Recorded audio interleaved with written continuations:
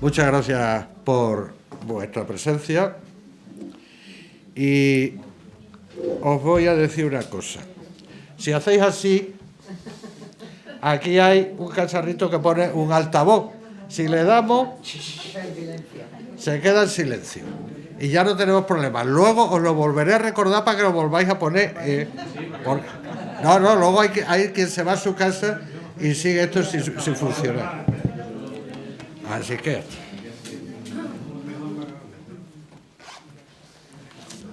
Bueno, hoy estamos de enhorabuena porque tenemos aquí... ha sido tan amable Francisco Cueva Cervera de aceptar nuestra invitación para hablar un poquito aquí de su especialidad, pero vamos a hablar de unas cuestiones así para curiosos, sobre Cervantes, sobre el Quijote. Haremos una charla y luego tendremos otra media hora o así de coloquio, que yo os animo que todo aquello que queráis saber, pues se lo podáis escribir. Bien, voy con la presentación. Francisco Cueva Cervera es actualmente profesor de literatura española en el Departamento de Literatura de la Universidad de Chile. Con anterioridad ha sido profesor de literatura en la Universidad de Cádiz y de lengua y cultura española para las universidades de Washington y la Universidad de Villanova, en programas interuniversitarios de la Universidad de Cádiz. En la Universidad de Chile imparte clases de literatura en los programas de licenciatura y magíster y en programas de extensión y vinculación con el medio, marco en el que ha fundado, junto con otros profesores, el taller de verso clásico. Este taller está enfocado hacia el teatro en castellano, en verso, bien más o menos el Siglo de Oro y todo esto. Si buscáis taller de teatro clásico en la red, os encontraréis con una página de Facebook donde están más o menos una serie de cuestiones y hay mucha alegría y muchas cosas. Esta iniciativa es para la enseñanza de la poesía clásica y el teatro en verso para profesores y estudiantes de todas las edades. Actualmente, Francisco dirige la Revista Chilena de Literatura. La Revista Chilena de Literatura está en la red, es abierta, es decir, podéis acceder a todos los fondos y todos los artículos que tiene. Es una revista muy buena y lo único que tenéis que buscar es Revista Chilena de Literatura. Y el director es Francisco. Continúo. Es licenciado en Filología Hispánica por la Universidad de Cádiz y en Antropología Social y Cultural por la Universidad Nacional de Educación a Distancia. Máster en Enseñanza de Español para Extranjeros por la Universidad Pablo de Olavide. En 2012 se doctoró en la Universidad de Cádiz con una tesis dedicada a la revisión de la recepción del Quijote y de la figura de Miguel de Cervantes a lo largo de la historia, fundamentalmente en el periodo crucial para la consideración de la novela como un clásico inserto en el canon nacional y universal. Desde entonces ha dedicado su investigación a la proyección, estudio y difusión de Cervantes y el Quijote entre los siglos XVIII y principios del siglo XX. Fruto de estos estudios es su monografía que se titula El cervantismo del siglo XIX, del Quijote de Ibarra de 1780 al Quijote de Hartzenbuch de 1863. Aquí voy a hacer un inciso. Esta monografía, en breves días, la tendremos disponible en nuestro fondo bibliográfico de autores sanluqueños. Y si algún miembro del círculo le interesa el fichero en PDF, pues que contacte otro día conmigo y ya lo arreglamos. Está publicado por la Universidad de Oviedo en 2015. En los últimos años ha dirigido el proyecto de investigación de Fondo Nacional de Desarrollo Científico y Tecnológico del Gobierno de Chile, titulado El nacimiento del cervantismo hispanoamericano, recepción, asimilación y renovación en los estudios de crítica literaria española en América entre los años 1850 y 1917, sobre la apropiación del mito en territorio americano. Actualmente forma parte de la Junta Directiva de la Asociación de Cervantistas, la máxima asociación de expertos en Cervantes y su obra a nivel internacional. Y con esto os dejo con Francisco.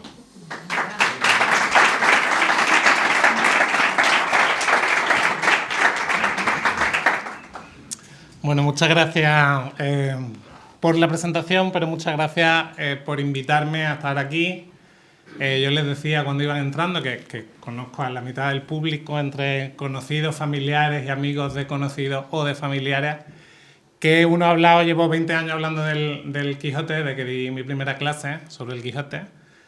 Y he hablado en muchas universidades y en muchas aulas llenas de gente, pero me impone estar aquí en mi pueblo hablando para todos ustedes, pero hemos prometido que se repetirá también en el futuro y que esto sea una tradición también cuando vengo por este pueblo.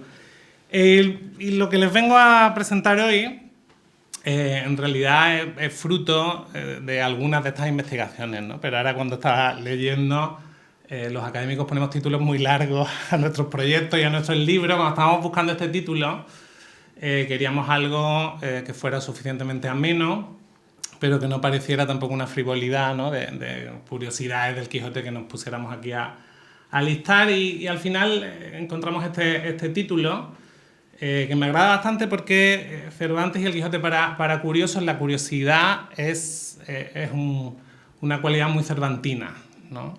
La palabra ingenioso, que en época de Cervantes, el ingenioso hidalgo en Quijote de la Mancha tenía otra significación un poco más amplia de la que consideramos hoy día. También tenía mucho de curiosidad, ¿no? Sagacidad, astucia, búsqueda de creatividad, creación de nuevos mundos, y la curiosidad se relaciona o está también en el mismo campo que la desocupación. Cervantes en el prólogo al Quijote se dirige al desocupado lector, ¿no? Que es el que tiene tiempo para leer el Quijote, así que yo también les doy la bienvenida como desocupados auditores en este caso, que han ocupado su tiempo en venir a escucharnos, así que muchas gracias también a ustedes por estar aquí.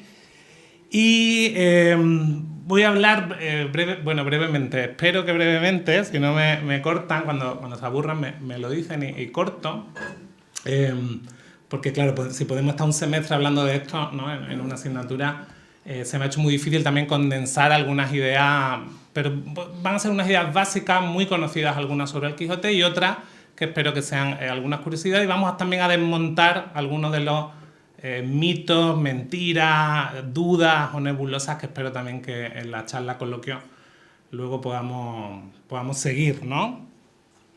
Bueno, con esta introducción hay que partir de algo que todos sabemos, ¿no? Y el Quijote es un clásico. Y eso tiene muchas más implicaciones que la sola palabra de clásico, ¿no? Es un libro que está en el canon de todas las culturas, no solo de la cultura española. En ese libro que es fundamental en la historia de la crítica literaria, que es el canon occidental de Harold Bloom, Cervantes y Shakespeare, ¿no? Están compartiendo el podio de los primeros autores que configuran todo el canon occidental de la literatura. Ese sería el libro más académico, ¿no? Pero el otro que tienen al lado, que tiene el título apremiante de 1001 libros que hay que leer antes de morir, no da tiempo, no se hago bien. También el Quijote está siempre en el primer lugar, ¿no? Del listado de libros. Creo que en 2022 se pidió a 100 escritores de 54 países que dijeran cuál es el libro más importante en la literatura universal. y coincidieron que El Quijote era el libro más importante. Yo lo que les vengo a contar es un poco el porqué de eso, pero también el cómo se produjo esa inserción de Cervantes, El Quijote, el libro, y Don Quijote, el personaje, dentro del imaginario, del canon, y por qué hay que leerlo. Muchos de ustedes lo habrán leído, entiendo que incluso obligados en la educación escolar, y espero que después de esto alguno vuelva a la lectura del Quijote. Parto por dos sugerencias, van a ser bastante caprichosas, pero como es para curiosos, pues aquí hay algunas curiosidades, ¿no?, sobre el Quijote. Lo primero es un fragmento muy pequeño, pero es un relato corto que pueden buscar y leer, que es Pierre Menard, autor del Quijote, un relato de Borges. No sé si lo conocen, pero en él lo que se plantea es que un tal Pierre Menard quiere reescribir el Quijote, y lo que hace es ir reescribiendo palabra por palabra el mismo Quijote. Pero la conclusión de Borges al final del relato es que el texto resultante es un Quijote completamente diferente, porque cada vez que se reescribe el Quijote en otro tiempo y lugar, obviamente significa algo nuevo, ¿no? Y eso lo podemos también pensar desde el punto de vista de la lectura. Cada vez que leemos una obra en un lugar y en un sitio diferente, eso va de alguna manera acumulando todas las otras lecturas que se han ido solapando sobre la obra, las conozcamos o no. Ninguno de nosotros, el que no haya leído El Quijote, como decía un gran cervantista, Martín de Riquer, el que tenga la suerte todavía de no haber leído El Quijote, no puede enfrentarse a la lectura, por lo menos no aquí en San Lucas en este momento, virgen, ¿no? No puede hacer una lectura primitiva del Quijote. Todos sabemos algo sobre el Quijote, todos tenemos una imagen instalada del Quijote, tenemos unos prejuicios, ¿no?, sean más o menos peyorativos, ¿no?, tanto de la obra como del personaje, como de lo que significa, ¿no? Por eso Borges dice al final que ha reflexionado que es lícito ver en el Quijote final, en el Quijote que reescribe Pierre Menard, que es palabra por palabra el mismo de Cervantes, una especie de palimpsesto, ¿no?, esos manuscritos en los que se rascaba para volver a escribir y que mantenía, por tanto, la historia de todas las lecturas anteriores. Dice, en el que deben traslucirse los rastros tenues, pero no indescifrables, de la previa escritura de nuestro amigo, ¿no?, de todas las lecturas y escrituras previas de la obra. No solo un segundo Pierre Menard, solo otra persona que llegue después, invirtiendo el trabajo del anterior, dando pasos hacia atrás, podría recuperar el sentido del original, ¿no? Cada lectura es una nueva lectura. Y esto es lo que decía también Italo Calvino sobre los clásicos. ¿Por qué leer a los clásicos? ¿Qué sentido tiene hoy día leer a los clásicos? Un clásico es un clásico cuando todavía tiene algo más que decir, ¿no? En el momento que se agotan los clásicos, los separamos de la historia literaria y dejan, por tanto, de ser clásicos. Y otra sugerencia que les pongo ahí es una de las imágenes más icónicas del Quijote. Es un grabado, seguro que muchos de ustedes tienen ediciones en su casa con grabados de Gustave Doré, que es este grabador. La primera edición es de 1863, pero es el que ha popularizado esta imagen romántica del Quijote. Hoy, cuando vemos esta imagen, reconocemos en él a Don Quijote de la Mancha, pero en el fondo, si uno la mira y lee el texto de Cervantes aparejado a esa imagen, se parece muy poco a Don Quijote de la Mancha, ¿no? En realidad, esto es un caballero medieval en estricto sentido. No podemos apreciar que es viejo, que es ridículo, no va con Sancho Panza, todavía no lleva el yelmo, ¿no?, la muesca, que es una palangana que lleva en la cabeza. Ahí tenemos un caballero, ¿no? No un caballero ridículo. Esto lo hace a final del siglo XIX Gustave Doré, porque ya se ha producido algo de lo que hablaré en algún momento, espero que no mucho, porque ese fue el tema de mi tesis doctoral, de ese libro interminable, que es la interpretación romántica del Quijote, ¿no? Convertir a Don Quijote, el personaje, en un héroe romántico. Bueno, a partir de esas dos sugerencias he traído aquí caprichosamente una serie de imágenes para que entendamos cómo se populariza el personaje de Don Quijote, cómo lo entendemos, qué significa hoy en nuestros días, pensando también que Don Quijote es uno de los grandes mitos del individualismo moderno. Esto es un libro que se llama precisamente así, de Ian Watt, donde aparecen también otros personajes literarios, ¿no? Dos se deben a la tradición literaria en español, de lo que podemos estar orgullosos.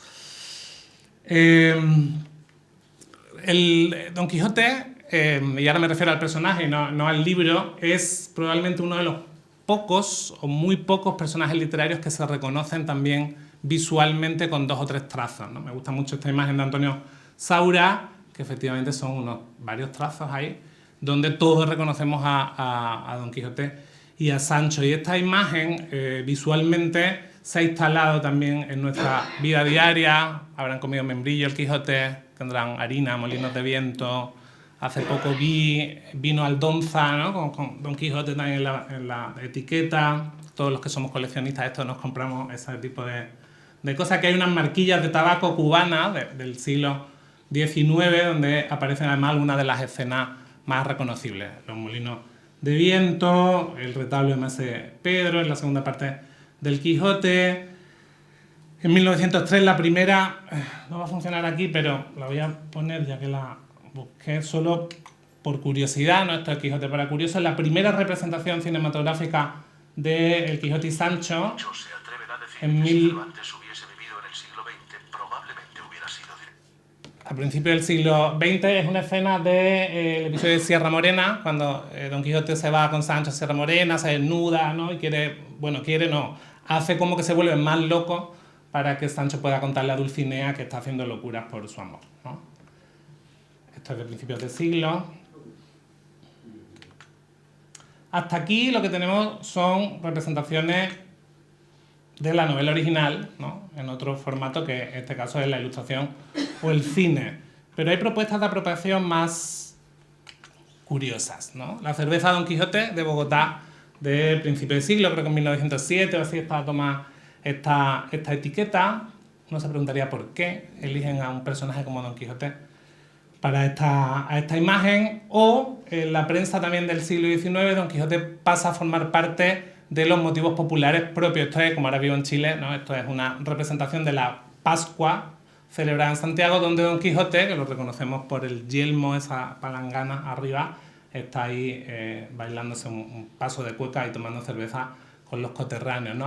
Se ha integrado, se ha asimilado el personaje dentro de una tradición popular. Es un personaje propio del pueblo. Aquí Sancho Panza, en este caso, entrando también en la Plaza de Armas de Santiago, arropado por los santiaguinos, ¿no? Prensa diaria, ayer mismo, le pasa que no me dio tiempo a capturarla, vi una de Trump como Don Quijote, y que cuando vemos estas imágenes, que es a lo que voy a ir después, en realidad nosotros hacemos unas asociaciones, ¿no? Cuando vemos a Margaret Thatcher como Don Quijote, a Obama como Don Quijote, a Kirchner como Don Quijote, detrás de esa imagen hay una lectura que obviamente conlleva una interpretación de qué entendemos nosotros por ser un Quijote, qué tipo de luchas son las que llevan, qué tipo de personas son las que pueden caracterizarse como quijotescas, ¿no? Aquí hay ya una hibridación, una apropiación que va más allá de la sola representación de la novela. Y también podemos hacer apropiaciones donde se traslada, esto es una traslación ya iconográfica del personaje de Don Quijote a un modelo plástico, que es el de la lira popular chilena. Tienen arribita una imagen. Ahora, como estoy leyendo todos los periódicos chilenos y la cultura, he aprovechado para traer aquí algunas de los hallazgos de estas investigaciones, donde Don Quijote aparece como un personaje más, ¿no? Y también adaptado visualmente a la imagen propia. Pero el caso más significativo, y el que pongo siempre, mis alumnos han visto en todas mis clases, es la del Quijote Samurái.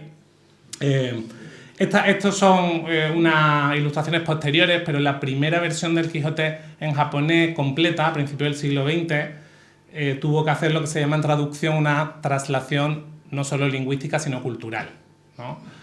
La única manera de que un japonés entendiera la relación que se establece entre Don Quijote y Sancho y la relación de Don Quijote con un mundo que no le pertenece, ¿no? Recordemos que Don Quijote hace como que vive en una etapa anterior a la del siglo XVII, que es al que le pertenece, ¿no? Y él quiere vivir como los caballeros medievales, bueno, con un samurái que puede tener un aprendiz de samurái, que es el que hace el papel de Sancho, y llevarlo a un Japón donde ya los samuráis no existen y él quiere replicar ese mundo de los samuráis, ¿no? Entonces es una traducción que va mucho más allá de cambiar palabra por palabra. Esto significa algo. Esto significa que el mito de Don Quijote puede decir cosas parecidas, pero también cosas diferentes a culturas tan distantes como la nuestra de la cultura japonesa, ¿no? Este es uno de los ejemplos clásicos para hablar de la traslación, ¿no? Y ahora, esta va a ser la única parte un poquito más sesuda, porque claro, esto tiene, cuando hablamos en crítica literaria de cómo una obra entra en el canon,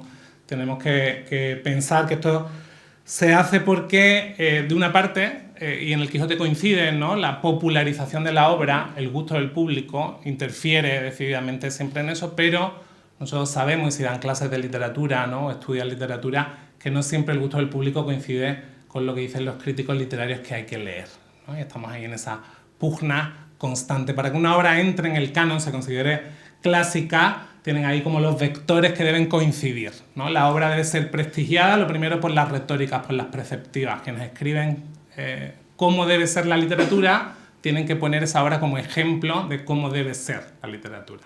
Luego tiene que aparecer en antologías literarias que recogen lo mejor de la literatura de cada pueblo y en las historias literarias que se derivan de las dos, que es cuando un escritor dice, bueno, voy a poner en una línea temporal todas las obras que son un hito en la historia. Y esto no sucede en el siglo XVII, en el caso del Quijote. Va a suceder desde finales del siglo XVIII y muy tardíamente hasta el siglo XIX, ¿no? Esto es algo que conviene saber para entender también un poco cuál es la historia de la lectura del Quijote. La poética, un libro como de crítica literaria en el siglo XVIII, el más famoso, el de Luzán, no habla de Cervantes en ninguna de sus páginas, ¿no? En la segunda edición, a finales del siglo XVIII, introduce a Cervantes para hablar de su teatro, pero nadie se atreve a hablar de la novela porque la novela ni siquiera era un género que aparecía en las retóricas de la época. Junto a eso, lo he puesto ahí entre paréntesis porque es más discutible, ¿no? También una obra se convierte en clásica cuando se convierte en una lectura escolar, ¿no? O cuando entra dentro del magisterio docente. Y eso estamos hartos de verlo, que cuando una obra entra o sale de lo que se enseña, eso facilita o dificulta la entrada de una obra en el canon, ¿no? En el caso de Cervantes esto sucede bastante más tardíamente de lo que pensamos, ¿no? El Quijote no se convierte en un clásico hasta finales del siglo XVIII.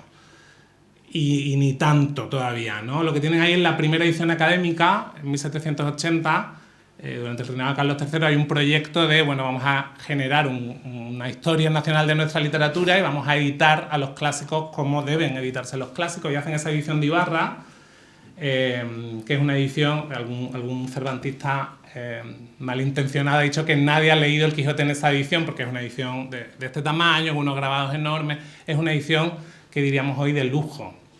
Pero ese es el primer síntoma de que una obra se ha convertido en clásico.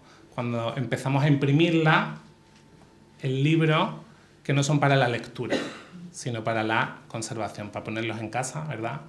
Es un poco como la Biblia, todos tenemos una Biblia en casa, dudo si todos la hemos leído, estoy casi seguro que todos ustedes tienen un Quijote en casa. Este es un Quijote en miniatura, uno de los primeros Quijotes en miniatura de 1916, el de Buenos Aires, y cuando imprimimos una obra en este formato es porque consideramos que es un clásico, ¿no? El Quijote está en braille, está en jeroglífico, en criptogramas, en pictogramas, en todos los formatos que quieran, en mandala, que está por ahí también. Y esa entrada del El Quijote, la obra, la novela en el canon, conlleva también la mitificación de su autor, ¿no? Y esto es algo que yo he repetido ya muchas veces, que es que la mitificación de Miguel de Cervantes, convertir a Cervantes en un mito, es anterior a la consolidación de Don Quijote como mito, ¿no? También a finales del siglo XVIII, principio del siglo XIX, interesa construir una galería de hombres célebres de la nación. Y ahí van a aparecer todos los conquistadores, ¿no? Aparecerán una lista de quiénes son los grandes héroes de la nación. Pues aparece Fernando de Magallanes, Elcano, Colón, cuando dicen que es español, ¿no? Pizarro. Y entre los escritores, Miguel de Cervantes, ¿no? Y ahí es cuando empieza a interesar construir una biografía de Miguel de Cervantes. Esto es algo también que quizás no todos sepan. A mí me parece curioso, no sé si a todo el mundo, que la primera biografía de Cervantes se escribe en 1737, más de 100 años después de muerto Cervantes. A diferencia de Lope de Vega, muchísimo más famoso en su tiempo, que cuando muere al año siguiente uno de sus discípulos escribe Fama póstuma de Lope de Vega y escribe una biografía de Lope de Vega, ¿no? Esta distancia entre la muerte de Cervantes y su primera biografía hace que realmente sepamos, por lo menos en los orígenes, muy poco sobre la vida de Cervantes, ¿no? No interesó hacer un registro de su vida durante su vida ni en los años posteriores. Y esto ha provocado que buena parte de la biografía cervantina fuera inventada, con todos los respetos a los biógrafos del siglo XIX, porque hicieron una gran labor recuperando documentos, pero fue muy paulatina, ¿no? Todavía hoy, cada X tiempo, sobre todo si son centenarios, aparecen esas noticias, ¿no? Hayan nuevos documentos sobre Cervantes. Esta que tiene aquí del debate se publicó ayer. Bueno, que ya me la enviaron, pero estaba yo pensando en que les iba a contar hoy y me llegó: descubren un documento sobre Cervantes que da vuelta a todo lo que conocemos sobre el Quijote, ¿no? Lo ha descubierto Javier Escudero, que es un archivero que está trabajando en La Mancha y se doctoró precisamente con un trabajo sobre los archivos en La Mancha. Y es un testamento de un personaje histórico que, bueno, tuvo relación con Cervantes. No sé si cambia todo lo que conocemos del Quijote, pero da algunas pistas. Esa distancia, como les decía, entre la muerte de Cervantes y que empecemos a contar cómo vivió, ha hecho que todas esas lagunas en su vida, todos esos espacios oscuros, se hayan ido completando a veces con lo que suponemos, a veces con lo que dicen las obras literarias, que no siempre son verdad y verídicas, y otras veces que hayamos manipulado, nos hayamos inventado lo que interesa también para eso. Y siempre también pongo este ejemplo a mis estudiantes porque me parece muy decidor. Lo cuento rápido, y paso a otras curiosidades, a un decálogo de curiosidades que les preparé. A finales del siglo XVIII, uno de los biógrafos más sólidos sobre Cervantes encuentra un documento sobre un proceso legal de la muerte de Gaspar de Espeleta, un señor que tuvo a bien morirse en la puerta de la casa de Cervantes, cuando Cervantes vivía en Valladolid, y esto hace que se inicie un proceso legal donde van a ir preguntándole a todos los que viven en esa casa qué pasó, dónde estaba usted anoche, qué pasó, qué estaba usted haciendo, etc. Entonces ahí tenemos testimonios de Cervantes, de la hija de Cervantes, de la hermana de Cervantes y de los vecinos de Cervantes. Cuando encuentran eso es una joya dentro de los documentos cervantinos porque nos permiten saber con quién vivía, cómo vivía, a qué se dedicaban durante su estancia en Valladolid, que esto es 1604-1605. El biógrafo publica una parte de esos documentos, ¿no? Y cuando, casi un siglo después, en 1864, este periódico, que es el momento de las grandes celebraciones cervantinas, quieren hacer algo en homenaje a Cervantes, ¿no? Como hoy que estamos aquí haciendo un homenaje, yo digo, bueno, tengo un documento inédito, vamos a hacer una lectura pública en la Real Academia. Eso lo anuncian a bombo y platillo y a los días publican este retracto en prensa. Mejor pensado. Según nuestras noticias, la Academia Española ha acordado no publicar el proceso formado a consecuencia de la muerte violenta dada tal en Valladolid a Gaspar de Espeleta, y nada perderá el público de resulta, pues allí no hay cosa del menor interés en el punto a la personalidad de Cervantes. Y ya Pellicer, que es el biógrafo del 18 que les decía, dio a luz un extracto del suceso, un fragmentito, ocurrido a la puerta de la casa del príncipe de los ingenios españoles y ahora en que él ya estaba acostado, ¿no? Muy importante decir que Cervantes no tuvo nada que ver dentro de esa muerte. ¿Por qué la Real Academia decide no leer eso en voz alta frente al público? Bueno, porque había ahí una maledicencia de una de las vecinas. Esto lo cuento porque me dijeron que le gustaba el salseo un poco aquí. Y esto es lo más salseo de la vida de Cervantes, que es su relación con lo que se ha llamado en la historia de las Cervantas, ¿no? de la literatura y de la prensa rosa literaria. Y es que una de las vecinas, la del último piso, dice en esas declaraciones que en casa de Cervantes de día y de noche entran unos hombres a deshora y que ella no duda bastante bien de la moralidad de esa casa, ¿no? Durante más de 100 años ese documento se silenció, se censuró, ¿no? Y se extirparon esos elementos porque nada podía manchar el buen nombre de Cervantes y su familia, ¿no? Y eso funciona hacia un lado y hacia otro, ¿no? En otros momentos ha pasado totalmente lo contrario y hay que pensar que la biografía, como cualquier texto, como el propio discurso historiográfico, ¿no? Es un discurso construido y es un relato construido y en el siglo XIX Cervantes se convierte en el héroe de la nación, ¿no? Con lo cual no es cierto que toda la vida de Cervantes esté en penumbra, como a veces se dice, y mucho menos ahora con todo el trabajo de muchos de mis colegas, pero sí que es un relato construido, ¿no? con algunos intereses. Y ahora con esto voy a acabar, voy a ver si hago rápido este repaso porque pensando en cuáles eran las curiosidades de un público al que no conozco mucho, pero no conozco en estas lides, le podía interesar sobre Cervantes, pregunté a la inteligencia artificial y a Google cuáles eran las preguntas que la gente hace más comúnmente al buscador o al ChatGPT, que es la que utilicé para hacer esto.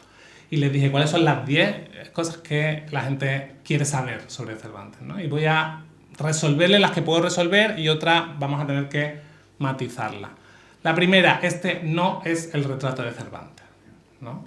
Algo que muchos ya saben porque cada 23 de abril en algún noticiario se encargan de recordarlo. Este es un retrato bastante posterior, del siglo XVIII. El retrato original ni siquiera sabemos si existió. Y lo único que tenemos, y esto es muy cervantino, el único retrato que tenemos es un retrato literario, que es el que Cervantes pone al principio de las novelas ejemplares, que es, no lo voy a leer completo, este que veis aquí, de rostro aguileño, de cabello castaño, frente lisa y desembarazada, de alegre ojo y de nariz corva, aunque bien proporcionada, las barbas de plata, tal. Este que veis aquí, ¿no? Llámase comúnmente Miguel de Cervantes Saavedra. Es probable que el autor de ese retrato del 18 lo hiciera a partir de esa descripción literaria, ¿no? Algo que le habría encantado a Cervantes, ¿no? Que al final fuera el retrato literario el que hubiera propiciado ese retrato. Es un retrato también bastante irónico porque los libros en esa época estaban acostumbrados a acompañarse de un retrato del autor, un grabado del autor, cuando el autor era prestigioso. Lope de Vega tiene todos sus libros con retratos en la portada, Alonso de Ercilla, ¿no? Garcilaso después de su muerte, pero Cervantes no tiene en ninguno de sus libros un grabado de su rostro y por eso él se ve obligado a hacer esto al final de su vida, con lo cual es bastante difícil que efectivamente hubiera un cuadro durante la vida de Cervantes. O sea, quien pintó esto no vio nunca a Cervantes. Cervantes nació en Alcalá de Henares, que es algo que también cada 23 del libro sale a la palestra, que hay otras partidas de bautismo y que ¿no? Las últimas, que incluso puede que sea catalán, que puede que sea de Zaragoza, bueno, siempre se podrá salir alguna otra idea, pero hasta el día de hoy todos los cervantistas admiten que la partida de bautismo oficial de Miguel de Cervantes es la de Alcalá de Henares. Hay otras dos, de 1556 de Consuegra y de 1559 de Alcázar de San Juan. Pero no cuadrarían las fechas, no podemos tener con 11 años a Cervantes luchando contra los turcos, ¿no? O sea, son partidas de bautismo que en algún momento se anda como válidas, pero nos quedamos todavía con que Cervantes es de Alcalá de Henares. ¿No sabemos dónde está enterrado Cervantes? Bueno, sí sabemos dónde fue enterrado, aunque también polémica todos los años. Por abril, en abril se acordarán de mí y de esto que les cuento. Volverán a decir que no sabemos dónde están exactamente los huesos y que los huesos que han encontrado no tienen suficiente ADN, pero lo que sí sabemos es que fue enterrado en el convento de las Trinitarias. Lo que pasa es que a final del siglo XVII, que es lo que se olvida mucho, que han hecho algunas de estas inspecciones, que el convento de las Trinitarias se traslada entre 1670 y 1690 dentro de la misma calle, el barrio de las Letras, y por lo tanto hay un traslado también del primero dentro del propio convento y luego al nuevo emplazamiento del convento, ¿no? Entonces, claro, en el traslado de esos huesos se halló el documento este en 2005, pero es algo que en realidad sabían todos los cervantistas, ¿no? Que con ese traslado se traslada y ahí debe estar, ¿no? Si no ha pasado alguna otra cosa. Otra cosa que tiene parte de verdad, no es cierto, pero porque el cambio del calendario juliano al calendario gregoriano se produce a finales del siglo XVI. Y España ya estaba utilizando el calendario gregoriano frente a Inglaterra, que usaba el calendario juliano, y había 10 días de diferencia. Es decir, Shakespeare sobrevivió a Cervantes 10 días. Pero los dos murieron, bueno, casi los dos murieron un 23 de abril. Cervantes en realidad muere el 22 de abril por la tarde, pero se registra el 23, y por eso el 23 de abril fue elegido como el día del libro, ¿no? Que es una decisión, que esto también es otra fake news que suele aparecer, que es una decisión que tomó la UNESCO en 1995 para todo el mundo como Día Internacional, pero que en España la Real Academia Española desde 1861 celebraba el 23 de abril las exequias a la muerte de Cervantes en la iglesia de las Trinitarias, ¿no? Era una misa y luego una serie de espectáculos, honras, etc. El Quijote no es una, sino dos novelas, que es algo que también se dice mucho con ánimo de escandalizar, pero es algo bastante fácil y simple de explicar. Son dos novelas, efectivamente. Hoy día las entendemos como una porque se publican en dos partes, 1605 y 1615. La de 1605 es una novela cerrada, ¿no? Hay otras muchas novelas que prometen una segunda parte, El Buscón de Quevedo, que nunca llega, ¿no? Era una fórmula clásica también de acabar. Al final del Quijote 1615, perdón, el primero, dice Cervantes, bueno, y luego irá a Zaragoza a unas justas, tal. Podría haber acabado ahí. El de 1615 sí que no se puede entender sin el de el primer Quijote. En medio se cuela un plagiador, continuador, apócrifo, Fernández de Avellaneda, que mucho también les sonará, que publica una segunda parte aprovechando el tirón y la fama del primer Quijote, ¿no? Dice, bueno, pues yo sigo que era algo bastante habitual en la época. Y probablemente eso, que le molestó mucho a Cervantes, eso sí lo sabemos, espoleó a que Cervantes terminara el libro a tiempo, ¿no? Porque si recuerdan, Cervantes va a morir menos de un año después de terminar el segundo Quijote, ¿no? Así que tenemos dos novelas. Una frase que decimos mucho los profesores de literatura, el Quijote es la primera novela moderna, habría que matizarla. Tengo aquí además uno de mis profesores de literatura, pero es cierta, por lo menos a grandes rasgos, ¿no? A lo más grueso. ¿Existen novelas anteriores al Quijote? Sí, pero teniendo en cuenta que cuando se dice novela en el Siglo de Oro no se entiende lo que se entiende hoy cuando decimos novela. La novela del Siglo de Oro es una novela corta italiana, que son las novelas ejemplares de Cervantes, ¿no? Cuando Cervantes escribe el Quijote, él no está pensando en el término novela, eso será algo que dirán los críticos luego en el siglo XIX, y sobre todo los grandes fundadores de la novela, los ingleses, cuando escriban novela en el siglo XVIII, Fielding lo hará a la manera, en imitación de la forma y manera de Cervantes, autor de Don Quijote, ¿no? Es decir, los escritores son los que primero entendieron que si uno quería escribir algo como una novela, aunque todavía no sabían bien lo que era, había que seguir a Cervantes, ¿no? Vale, no me fui cuenta. Algo que es una lucha constante de los profesores de literatura, el Quijote está escrito en castellano antiguo. Bueno, está escrito en un castellano hace 400 años, eso es cierto, pero eso no es castellano antiguo. Lean el mío Cid, eso sí está escrito en castellano antiguo, se lo permito, pero esto no. La gramática famosa de Nebrija, de la que todos hablamos en 1492, significa ya un proceso homogenizador de la lengua que no está en otras tradiciones. El italiano del siglo XVI, XVII, o el francés, y sobre todo el inglés, es muy diferente al actual, ¿no? A un inglés actual leer Hamlet en el original le es bastante más difícil que a nosotros leer el Quijote. ¿Que hay muchas palabras que no usamos? Claro. Hay muchas palabras que no usamos también de Argentina, ¿no? Si leemos un libro en argentino hoy día. Pero la estructura, la gramática, la construcción es igual, en principio. El término quijotesco simboliza el idealismo, la lucha contra la adversidad. Esto es real, pero habría que matizar porque sigue significando también lo que primero significaba. Una demostración simple. Lo que tienen aquí es la primera definición de Quijote en el primer diccionario de la Academia, donde se dice que Quijote es el hombre ridículamente serio, empeñado en lo que no le toca, ¿no? El loco. Y en lo que tienen al otro lado es la definición del Quijote en el último diccionario. Vean que pone además artículo enmendado, que es el hombre que antepone sus ideales a su conveniencia y obra desinteresadamente, ¿no? Comprometidamente en defensa de los ideales de libertad, justicia, etc. Esto es cierto, pero si la primera definición hubiera dejado de funcionar, no entenderíamos ninguna de las caricaturas que hemos visto al inicio, ¿no? La primera representación visual del Quijote es una sátira, pero también las últimas. Estos son personajes políticos de Chile y de Argentina en el siglo XX caracterizados como Don Quijote. Pero también a la contra, también aparece Don Quijote enjuiciando o criticando, es decir, siendo ya no el loco, sino el cuerdo que le dice a la sociedad lo que está mal, ¿no? Y señala. Por lo tanto, hoy día el mito de Don Quijote es un mito que funciona hacia los dos sitios, un mito ambivalente. Loco y cuerdo, como dice él, ¿no? Un cuerdo que tira loco, un loco que tira cuerda. Bueno, voy acabando, así que me voy a saltar algunas otras ideas sobre esto.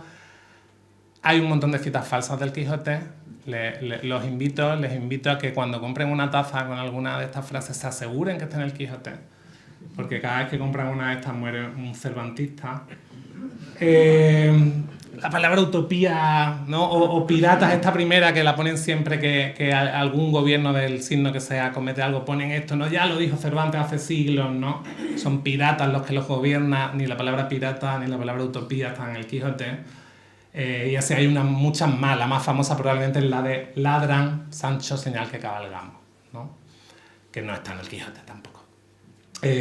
Pista cuando vean que una frase empieza por amigo Sancho o querido Sancho, no está en el Quijote, porque Don Quijote nunca llamó así a Sancho Panza. Esto también está bien que lo sepamos.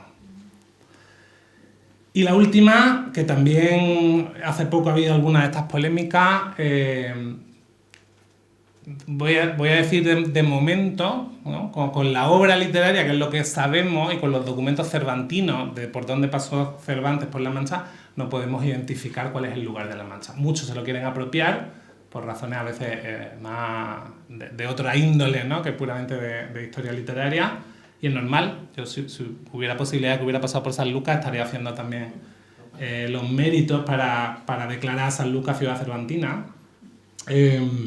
Pero efectivamente es una ciudad literaria, ¿no? Entonces, lo que siempre aducen que es que no se tarda tanto tiempo de una ciudad a otra, bueno, es una obra literaria. Ya en el siglo XVIII se demostró que la cronología y los tiempos estaban mal, partieras de donde partieran, ya sea Villanueva de los Infantes, Mota del Cuervo, Argamasilla, Quintanar de la Orden, etc.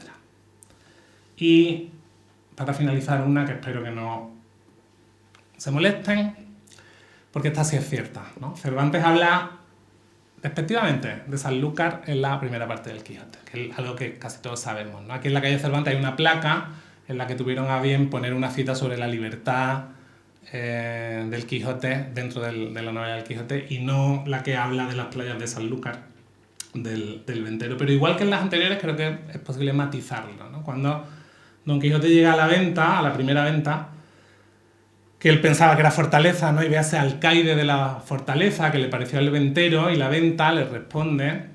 Y nos dice el narrador que pensó el huésped que el haberle llamado castellano había sido por haberle parecido de los sanos de Castilla, pero él era andaluz y de los de las playas de Sanlúcar.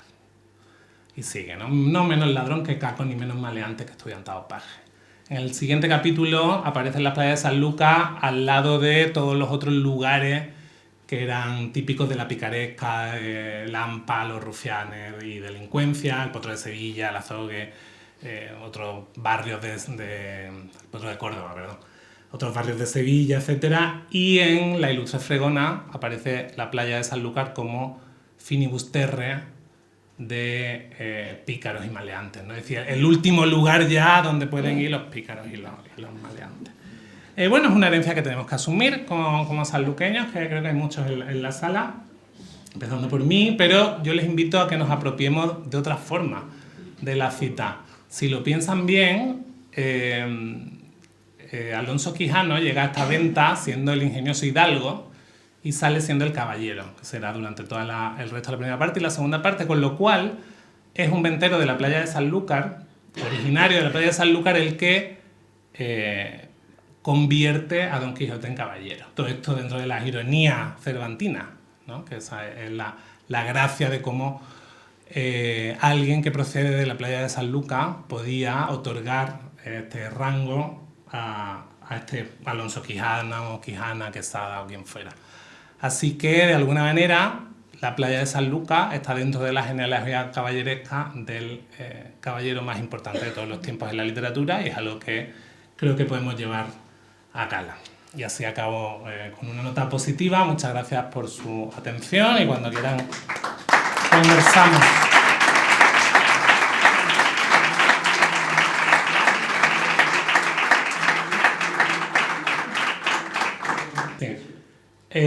Cervantes tenía lo que dice además exactamente en la información de Argel, que bueno, él estuvo en la guerra de Lepanto, por eso lo del manco de Lepanto, y ahí lo que se cuenta, hay parte legendaria en ese relato, pero lo cuentan luego los compañeros que estuvieron con él ahí. Hay varios documentos que nos hablan de su papel en la batalla de Lepanto, y él parece que tiene una fiebre y aún así sale a combatir, y en ese momento le da un arcabuzazo, le estropea la mano izquierda. Eso es un tullido, ¿no? Cuando Juan de Austria hace luego una relación de todas las personas a las que había que darle una paga porque habían quedado imposibilitadas de la mano, ¿no? Aparece ahí el nombre de Miguel de Cervantes, pero no tiene, con un muñón como se le ha representado algunas veces, ¿no? Y hay algunas estatuas por ahí donde aparece totalmente sin manos, ¿no? Lo que sabemos es que está estropeado de la mano izquierda, es la palabra que utiliza él mismo. Sí, esa es una de las que he tenido que quitar porque quería solo llegar a 10, pero es una también de las más repetidas, ¿no? Bueno, hay algo más que eso. Ahora, el libro de Clara, que ha sido escrito para, dice literalmente, derribar, ¿no?, la máquina mal fundada de estos caballeros con libros. Pero también es verdad que ya en 1605, cuando se publica El Quijote, la lectura de los libros de caballería, la lectura continuaba, pero la publicación de nuevos libros de caballería estaba totalmente en retroceso, ¿no? Uno de los últimos que se publican es de 1583, o así, el Celión de Iberia, que debe ser además una apropiación ya española o hispánica de los libros de caballería. O sea, era ya un género que estaba en retroceso, ¿no? Es decir, Cervantes no tenía que escribir el libro para derribar ningún género, porque el género ya estaba en retroceso y en declive. O sea, ese no es el único fin, desde luego, del Quijote. Y luego, algo que yo también siempre le repito a mis estudiantes, que de los propósitos declarados de los autores que hacen las obras literarias a lo que luego hace la obra literaria, también hay un trecho, ¿no? Que se le fue de la mano eso, ¿no? Claro. Bueno, no solo se le fue de la mano, el Quijote hace otras muchas cosas más, ¿no? Pero sí que es un libro, eso sí que tiene relación con la pregunta que hace, sí que es un libro sobre libros, ¿no? Es un libro sobre literatura, es un libro donde hay mucha teoría de la literatura dentro del libro, donde se enjuician los libros dentro del libro, donde repetidamente se habla de lo mal compuestos que estaban los libros de caballería, pero no por la inverosimilitud, como se ha querido ver, o por la fantasía, sino porque eran libros malos, ¿no? Malos estilísticamente hablando, malos en la composición, etc., ¿no? Entonces, lo que se critica, que al final del primer Quijote, como cerrando la obra, uno de los grandes diálogos es un diálogo entre el canónigo y el cura, hablando de lo mal compuestos que están esos libros, ¿no? Y aún así salvan algunos, ¿no? Y para... Yo digo siempre, depende de los lectores y depende de qué quieran conseguir con la lectura, ¿no? Los Quijotes adaptados son muy buenos si uno quiere acercarse a otras cosas que no sean el Quijote de Cervantes, ¿no? Y yo no solo los recomiendo, sino que, bueno, mis sobrinos tienen 80 Quijotes infantiles, adaptados, juveniles, ¿no? Porque me parece que es una manera de entrar en la literatura. Luego ya esas adaptaciones al castellano actual, hay otra en Chile bastante famosa en Hispanoamérica, porque lo trataron de trasladar al lo que aparece en las películas como latino estándar, ¿no? Que sería como, bueno, un hispanoamericano para todo lector, ¿no? Hispanohablante. Y esa es una traducción que uno lo que debe plantearse es para quién está escrito, ¿no? ¿Precisamos mejor una lectura abreviada, como la que hizo el mismo año Arturo Pérez Reverte, o una lectura traducida al castellano actual, como lo de Trapiello, ¿no? Y depende de qué busques con la lectura. Todas las adaptaciones, si cumplen su función, son buenas. Pero si yo quisiera que mis estudiantes leyeran El Quijote de Cervantes, no leería la traducción de Trapiello. Él lo defiende muy bien, ¿eh? Yo estuve en la presentación del libro y tiene sentido. Dice que cuando se traduce Hamlet al castellano, no se hace imitando el castellano del siglo XVI y XVII. Se hace a un castellano actual. Entonces, que lo que ha hecho es ese mismo ejercicio de traducción, ¿no? Pero todas las traducciones, como decían ya de los primeros tratados de traducción, son traiciones, ¿no? Yo doy clases de poesía inglesa traducida al español a mis estudiantes, pero yo les digo, esto que estamos leyendo no es ni Eliot, ni Shakespeare, ni Ginsberg, ¿no? Entonces, si lo que quieres entrar desde la historia, Trapiello además escribe muy bien y el libro está muy bien conseguido, ¿no? Mantiene el estilo, mantiene, o sea, eso es una muy buena adaptación. Pero si quieres leer el original, hay que atreverse con el original, con las notas que se necesiten, ¿no? También. La historia de las notas del Quijote también es un libro, se anota también cuando se convierte en clásico, no solo cuando no se entiende, ¿no? Entonces los Quijotes que tenemos anotados es porque es necesario seguir entendiéndolo. Esto es responder con una línea muy gruesa, pero diría no. Diría rotundamente no, además.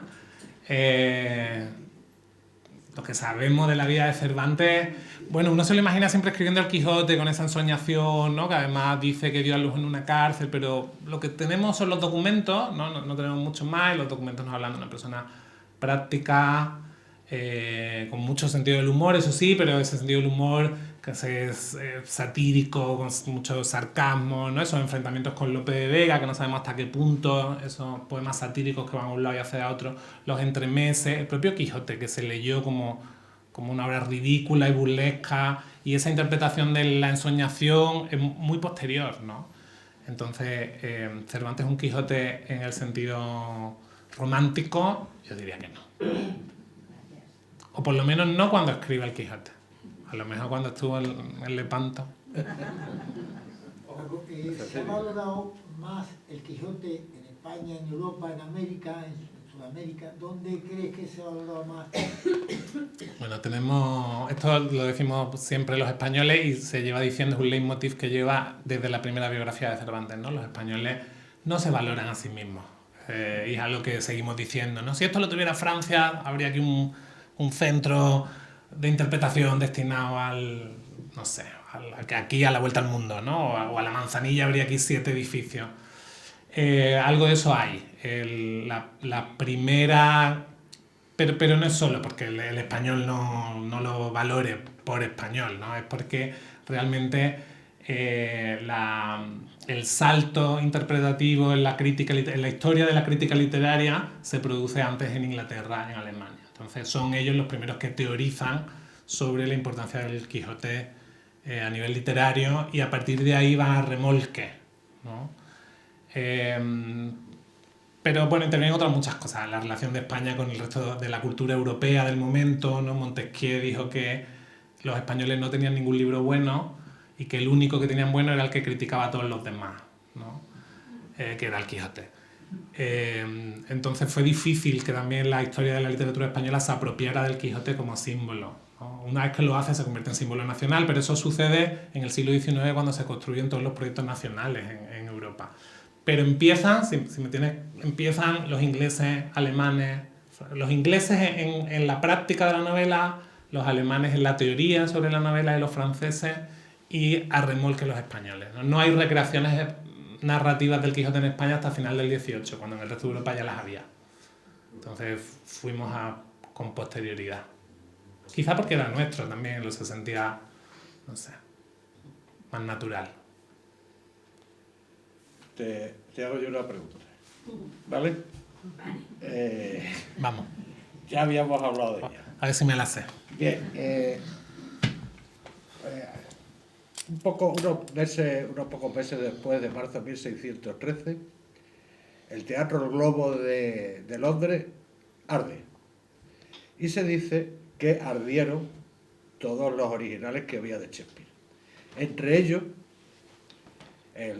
un tal Cardenio, que parece ser esa obra estaba inspirada en un pasaje del Quijote. ¿Puede ser esto así o no? Lo que se sabe, hay mucho de leyenda. elucubración académica, leyenda, pero en realidad hay algo de verdad. Lo que se sabe es que se representó un Cardenio, en esa fecha probablemente, en 1613 o así, se representa un Cardenio firmado, que también la autoría del teatro es bastante discutible, porque bueno, una obra de Shakespeare se llenaba, entonces tú decías que era de Shakespeare aunque no fuera de Shakespeare, ¿no? Igual que en España con Lope. Pero bueno, lo que sabemos es que se representa un Cardenio firmado por Shakespeare y Fletcher, ¿no? John Fletcher, que era uno de los colaboradores habituales, que no se conserva. Y que por el nombre Cardenio probablemente está inspirado en el pasaje del Cardenio Cervantino, que es este loco que se encuentran en Serra Morena, en capítulo 23, 24 de la primera parte, que es la historia de Cardenio, que se vuelve loco de amores, y ahí hay un cuarteto ahí amoroso que se entrecruza. Y probablemente se inspiró en ese Cardenio. Pero no sabemos mucho más, solo que en el siglo XVIII un autor publica una obra teatral, dice él que es una reescritura de la historia de Cardenio de Shakespeare y Fletcher, que él ha visto. Pero no sabemos, que esa se puede encontrar, está traducida al español, además de no hace tanto. Que esa no sabemos, que esa sí está inspirada en la historia de Cardenio y el Quijote, pero lo que no sabemos es si este autor, que el Louis Theobald, efectivamente vio la obra original de Shakespeare y Fletcher o no. Hasta ahí podemos saber. Lo que no sabemos es si Shakespeare llegó a leer el Quijote. Es muy probable que Shakespeare, si pensamos que el Cardenio existió, que es a lo que se apunta, es muy probable que Shakespeare conociera el Quijote, porque además la primera traducción es de 1612, que es la de Thomas Shelton, la primera traducción al inglés, que es muy famosa en Inglaterra, y hay ya novelas a imitación, novelas pequeñitas, ¿no? novela corta y obras de teatro a imitación de Cervantes. Entonces es muy probable que él conociera, incluso sin leerlo, que conociera la historia del Quijote. Al contrario, es bastante más difícil pensarlo. Es tan difícil, esto es como ¿a quién quieres más? ¿A quién quieres más? Bueno, yo diría, lo que pasa es que claro, para eso hay que leerse la primera, ¿no? Y mis estudiantes son los primeros que no me hacen caso, y ellos estudian literatura, que la segunda parte del Quijote es mejor todavía, ¿no? Porque ahí se juega con la primera parte del Quijote. Entonces, para mí los mejores episodios son los de La Casa de los Duques, que es en la segunda parte del Quijote, cuando Don Quijote y Sancho dan con unos duques que han leído la primera parte del Quijote, porque la primera parte del Quijote se convierte en un artefacto que está en la segunda, y entonces saben quién es Don Quijote, y lo que quieren es, bueno, hacer teatrillo y burlarse un poco para jugar con Don Quijote y con Sancho. Entonces ellos son los que le buscan a Sancho Panza la ínsula, que no es una ínsula, para que vaya a gobernar allí, y preparan una cantidad de engaño, el caballo clavileño, ¿no? Entonces, para mí esa es el momento culmen así de ese, porque además es el momento que ya Don Quijote ve el mundo como él quiere verlo, como él puede verlo, hasta que empiezan a construírselo los demás, entonces ya hay algo que no le cuadra y que él ya dice, bueno, así no juego, ¿no? Este ya no es mi juego. Cuando se sube a Clavileño, él le dice a Sancho, yo siento que no hemos volado, yo creo que no nos hemos despegado del suelo. Y Sancho le dice, sí, yo me quité y vi que los hombres eran como hormigas, ¿no? Entonces ahí Sancho entra en ese mundo quijotesco, y Don Quijote, el que le están haciendo a los demás, ya no le convence. A mí ese es el momento culmen así del juego narrativo que sale en la novela.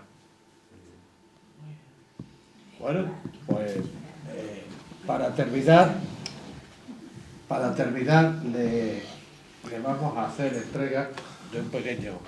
Lo que más me gusta son los libros. Son los libros. Uno son Los tres jóvenes de San Lucas, la primera vuelta al mundo. De alguna manera se novela los tres jóvenes, nada más de San Lucas, que fueron en esta expedición. Y uno que ha sido recientemente escrito y presentado en el Círculo por el presidente Enrique, que y cómo lo hicimos, es decir, cómo durante un montonazo de años, fueron 14 o 15 años, puede ser, se preparó todos los factos de lo que fue la Vuelta al Mundo, y cómo se los cargó todo el Círculo de Artesanos, y no tuvo ayuda de ningún sitio. Bueno, pueden estar muy aquí, orgullosos de eso, pueden estar sí, también. hay aquí Una dedicatoria. Una dedicatoria a don Francisco Cueva Cervera, querido y respetado sanluqueño de pro, por su inestimable labor en el enaltecimiento de la universal figura de Miguel de Cervantes Saavedra, y por su compromiso con la obra cultural del Círculo Artesano de Sanlúcar de Barrameda. Muchísimas gracias. Muchas gracias.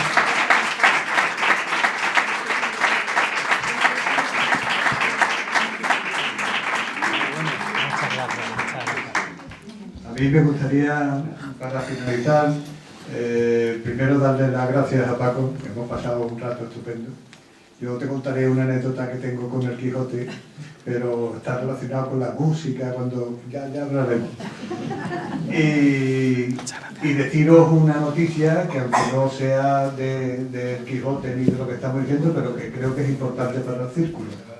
Nos han llamado esta tarde, me han llamado esta tarde, porque aquí estoy como para dar un golpe de Estado, no está ni el presidente ni el vicepresidente. Nos han llamado que estaba yo además con unos compañeros allí en el despacho de Diputación, diciendo que el día 19 nos conceden la medalla de oro de la Diputación de Cádiz.